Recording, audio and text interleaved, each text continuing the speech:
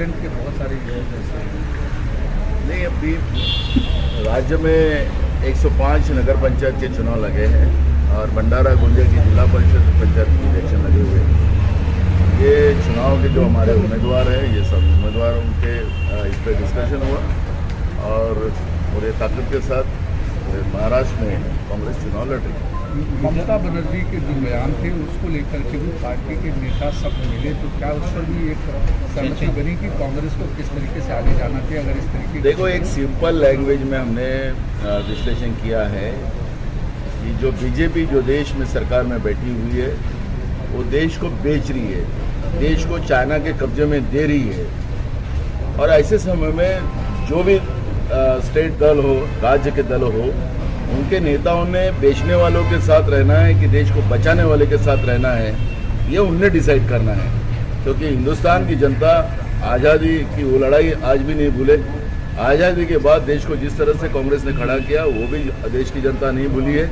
और कांग्रेस की भूमिका स्पष्ट है, देश को पारतंत्र में नहीं जाने देंगे और देश को बेचने नहीं देंगे। और हमारे नेता राहुल जी, हमारी नेता प्रियंका जी रास्ते पे जाके लड़ाई लड़ रही है, देश के लिए लड़ रही है और पूरे कांग्रेस के और देश की जनता भी कांग्रेस के साथ, हमारे नेतृत्व के साथ खड़ी होगी।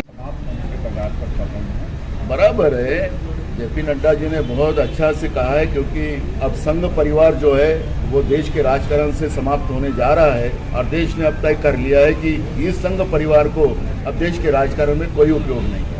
विधानसभा अध्यक्ष को लेकर के सामने विधानसभा है, आपके पद छोड़ने के बाद से अब तक कांग्रेस कोई विधानसभा अध्यक्ष नहीं दे पाई। देखो, आपने देखा होगा कि जो सेशन हुआ है कोरोना के समय हुआ है, तो 1-2 दिन में सेशन खत्म हो चुके हैं और इसकी प्रोसेस 3 दिन की होती है और 3 दिन के प्रोसेस का सेशन अब होने जा रहा है। 21 दिसंबर से वो सेशन की शुरुआत हो रही है। पहले ही हफ्ते में अध्यक्ष जी का जो हमारे स्पीकर का जो चुनाव होगा वो पहले ही हफ्ते में उसका प्रोग्राम डिक्लेयर होगा और कांग्रेस का ही स्पीकर महाराष्ट्र विधानसभा में बनेगा। नाम तो समय पे होता है, अभी से तय नहीं होता है। मराठीत सांगा की पार्टियों के साथ और कहीं ना कहीं बिजनेस महाराष्ट्र से गुजरात से जाने की बात किस तरह देखते हैं कि इससे पहले भी इस तरह की चीज़ें और बीजेपी का कई चीज़ें गुजरात से जाती हैं। देखो, केंद्र की सरकार ने एक नया नियम बनाया, उसमें उत्तर प्रदेश और गुजरात में जो केंद्र सरकार की जो सब्सिडियाज मिलती है वो स्टेट में दे रहे हैं, महाराष्ट्र में वो सब्सिडीज नहीं दे रहे हैं। इससे राज्य के उद्योग उत्तर प्रदेश और गुजरात में कैसे जाए उसके ऊपर पूरा प्लान केंद्र में बैठी हुई सरकार कर रही है। आपने देखा होगा कि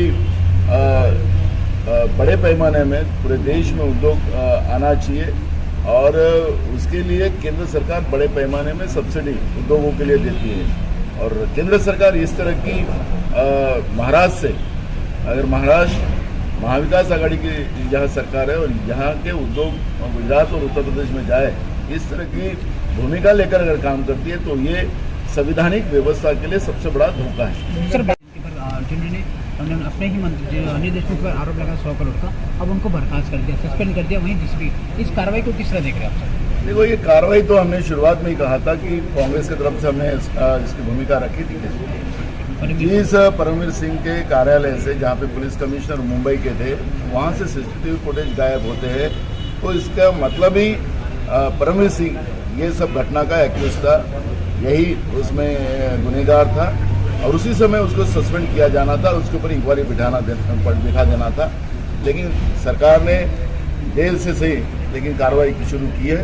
लेकिन एक भूमिका स्पष्ट है कि हमारे राज्य के IAS और IPS अधिकारी की केंद्र सरकार उनका कोई कमजोरी का फायदा लेकर उनका उपयोग महाराष्ट्र को बदनाम करने के लिए कर रही है और उनके इशारे पे IAS और IPS अधिकारी काम कर रहे हैं, यह अब स्पष्ट हो चुका है।